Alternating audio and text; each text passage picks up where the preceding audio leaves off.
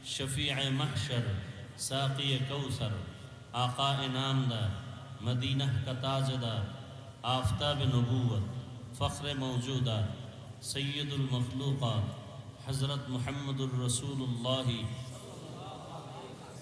सबाई मोहब्बते आबार पड़ी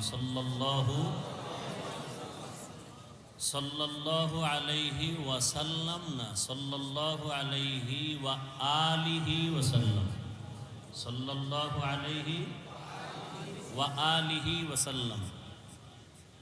रसूलेर जन्य दोया करार साथे साथे तार आहले बाइत जारा आहाल परिवारेर जन्य दोया करा उचित। तो सल्लल्लाहु अलैहि व आलिहि वसल्लम, एतटुकु शब्द एकबार यदि उम्मत आदाय करे आल्लाह खुशी हये ताके तीनटा पुरस्कार दान करें।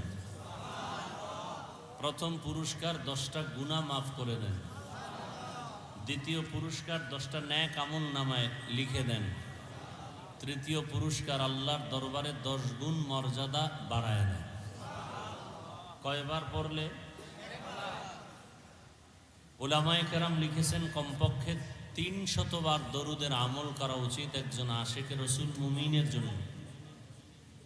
কতবার? 300 বার। আল্লাহ আমাদের বেশি বেশি দরুদের আমল করার তৌফিক দান করেন। আমলের জগতে নফল যত আমল,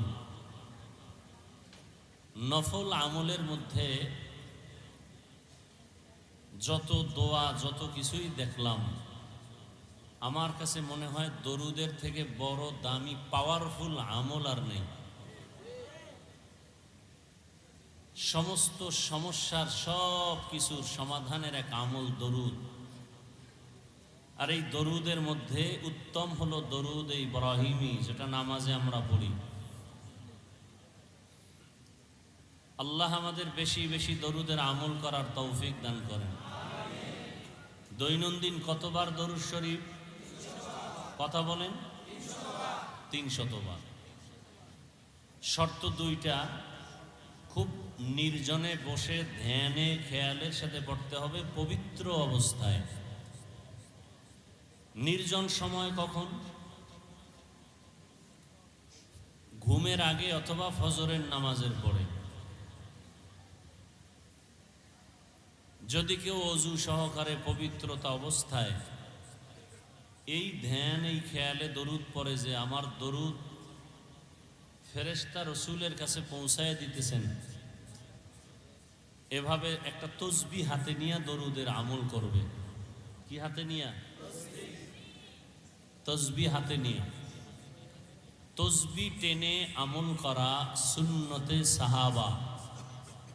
তসবিহ নিয়ে আমল করা সুন্নতে সাহাবা। এটাকে যারা বেদাত বলে, আহলে সুন্নত ওয়াল জামাত তাদেরকে আমরা বাতিল বলি, ভণ্ড বলি। সাহাবায়ে কেরামকে যারা মানে না তারা মুসলমান হলেও 72 দল জাহান্নামীদের অন্তর্ভুক্ত। তাহলে তসবিহ টেনে আমল করা এটা কি? সুন্নতে সাহাবা। 300 বার দরুদের আমল করে যদি কেউ বিছানায় ঘুমিয়ে পড়ে, লাগাতার আমল চালু রাখে, ইনশাআল্লাহ ঘুমের মধ্যেই রসুলের সাথে মোলাকাত হয়ে যায়। এই আপনারা উঠা বসা করেন কেন? হ্যাঁ,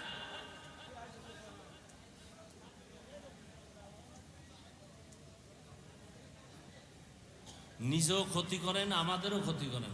এমন কপাল নিয়ে দুনিয়াতে আসছেন কেন? রসুল বলেন খায়রুন নাস মান ইয়ানফাউন নাস। পৃথিবীতে ভালো মানুষকে, আমি মনে করি আমি ভালো, আপনি মনে করেন আপনি ভালো। রসুল বলেন আল্লাহর আদালতে ওই ব্যক্তি ভালো মানুষ যে মানুষের দ্বারা অন্যের উপকার হয়, ক্ষতি হয় না। আপনি ক্ষতি করেন কেন? নিজেরও ক্ষতি করেন, মজলিসের ক্ষতি করেন, এটা তো আদব নয়।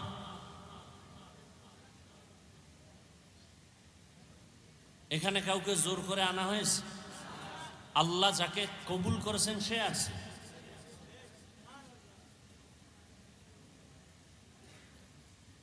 তো ইনশাআল্লাহ দরুদের আমল করব তো। তসবি কিনবেন, যাদের তসবি নেই আজকে থেকে তসবি কিনে সাহাবায়ে কেরামের এই সুন্নতটা আদায় করা শুরু করবেন। আজকে থেকে তসবি কিনবেন, কারণ বাংলাদেশে এই তসবিকে বেদাত বলা হয়।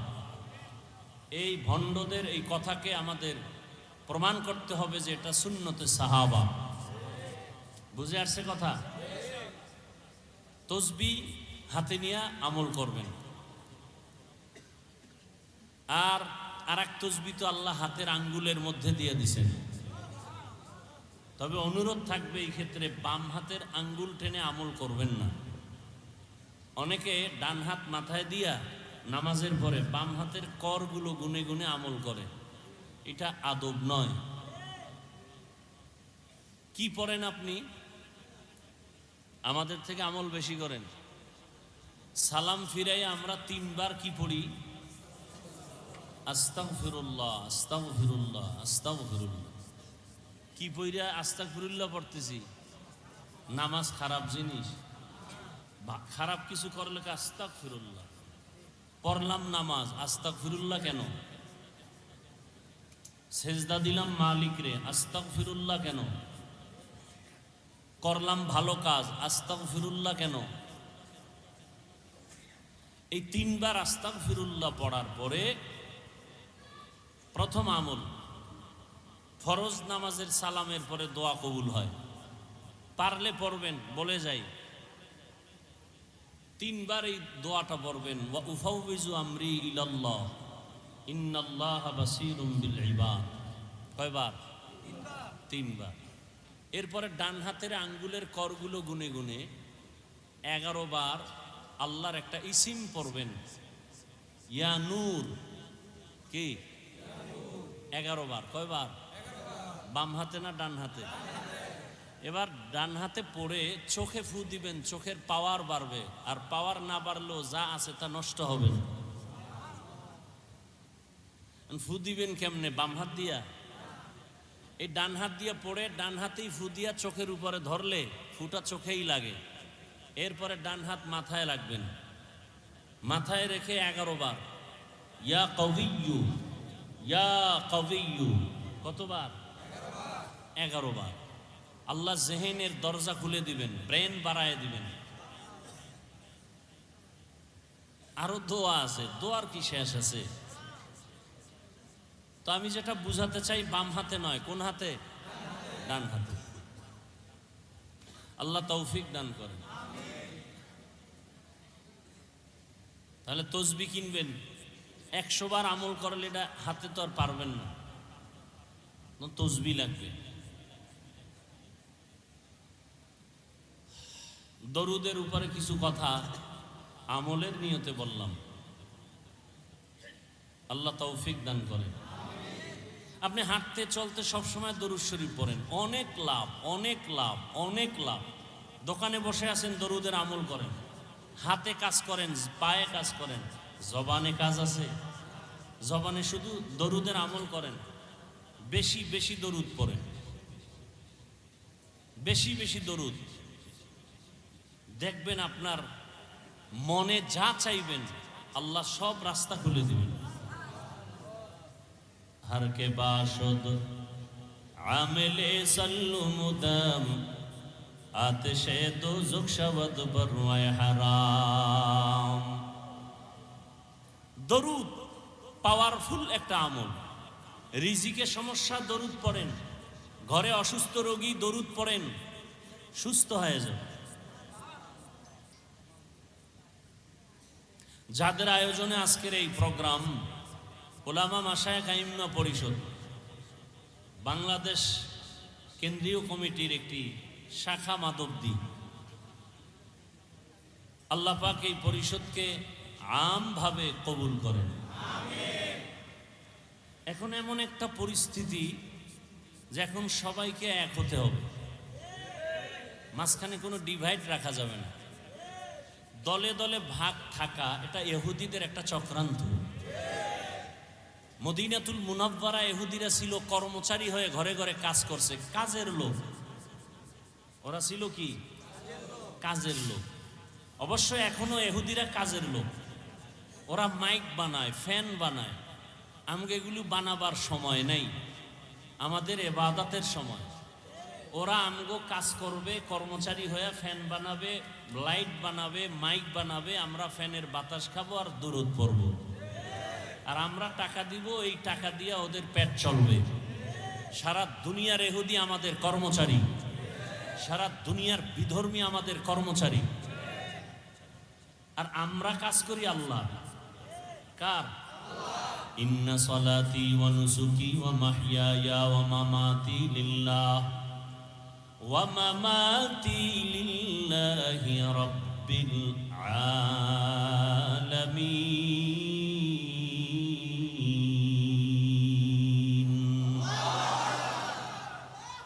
আমার নামাজ, আমার কুরবানি, আমার বেঁচে থাকা, আমার মরে যাওয়া কার জন্য?